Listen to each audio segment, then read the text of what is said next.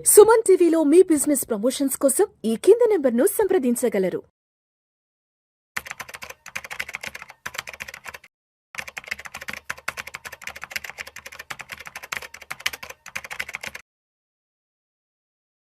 ప్రేక్షకులకి మీ రామచంద్రమూర్తి నమస్కారాలు.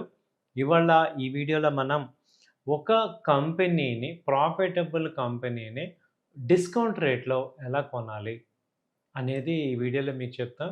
ఇది మీరు 1-2 సార్లు చూడండి ఈ వీడియో. మీకు ఒక లాంగ్ టర్మ్ ఇన్వెస్ట్మెంటు, మంచి కంపెనీస్ ఎలా కొనుక్కోవాలి, మనం ఎలా మన స్టాక్‌లో పెట్టుకోవాలి, పోర్ట్‌ఫోలియోలో పెట్టుకోవాలి అనేది మీకు అర్థమవుతుంది.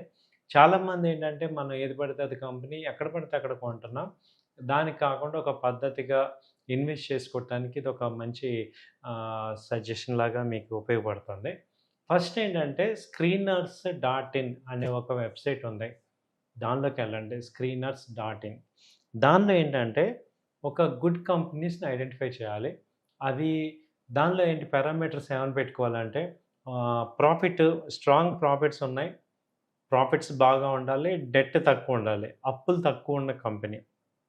అలాగే గ్రోత్ ఉన్న బిజినెస్, అంటే ప్రాఫిట్ బాగా ఉండాలి, కన్సిస్టెంట్గా గ్రో అవ్వాలి.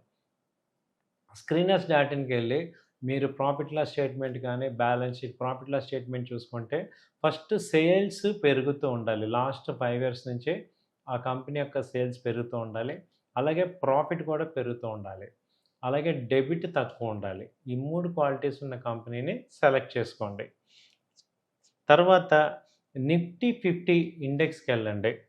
సో ఇది మీకు ట్రేడింగ్ వ్యూ అవ్వచ్చు, లేదంటే మీరు ఎక్కడ ఏ డీమ్యాట్ అకౌంట్లో ఉన్నా మీకు నిఫ్టీ కనపడుతూ ఉంటుంది. నిఫ్టీ చార్ట్ పెట్టుకోండి. నిఫ్టీ చార్ట్ చూసుకొని దానిలో మీరు ఈ స్టాక్ని అలైన్ చేసుకోండి. అంటే ఈ కంపెనీస్ నిఫ్టీ మూవ్మెంట్ ఎలా ఉన్నాయనేది చూసుకోండి. అంటే ఇప్పుడు మీరు కనుక చూస్తే నిఫ్టీ ఫాలో అవుతుంది అనుకోండి, స్టాక్స్ కూడా ఫాలో అవుతూ ఉంటాయి. కాబట్టి నిఫ్టీ ఇండెక్స్ని అబ్జర్వ్ చేస్తూ ఉండండి. మూడో పాయింట్ ఏంటంటే ఎస్ఎంఏ ఇండికేటర్ పెట్టుకోండి. అంటే సింపుల్ మూవింగ్ యావరేజ్. అంటే మామూలుగా అది ఇండికేటర్ని మీకు ఏంటంటే డిఫాల్ట్గా 9 అని చూపిస్తుంది.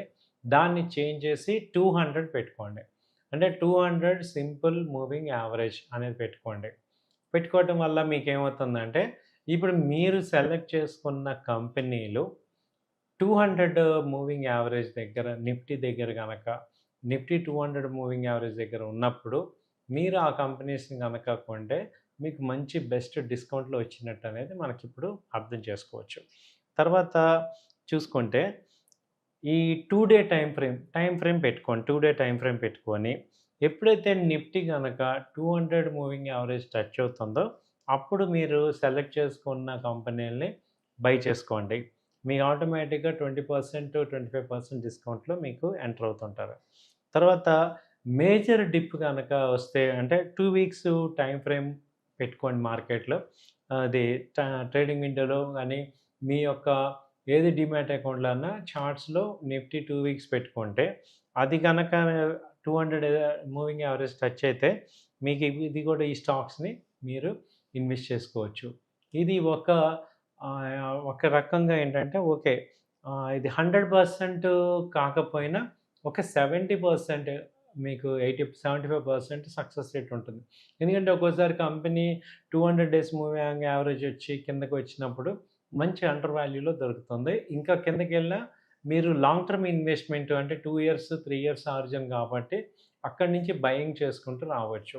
ఇప్పుడు ప్రెజెంట్ మీరు చూసుకుంటే ఏ కంపెనీస్ మీరు అడగచ్చు. ఎగ్జాంపుల్ కింద కొన్ని చెప్పమంటే ఐటీ కంపెనీస్ అయితే బిలో 200 మూవింగ్ యావరేజ్ దగ్గర ఉన్నాయి.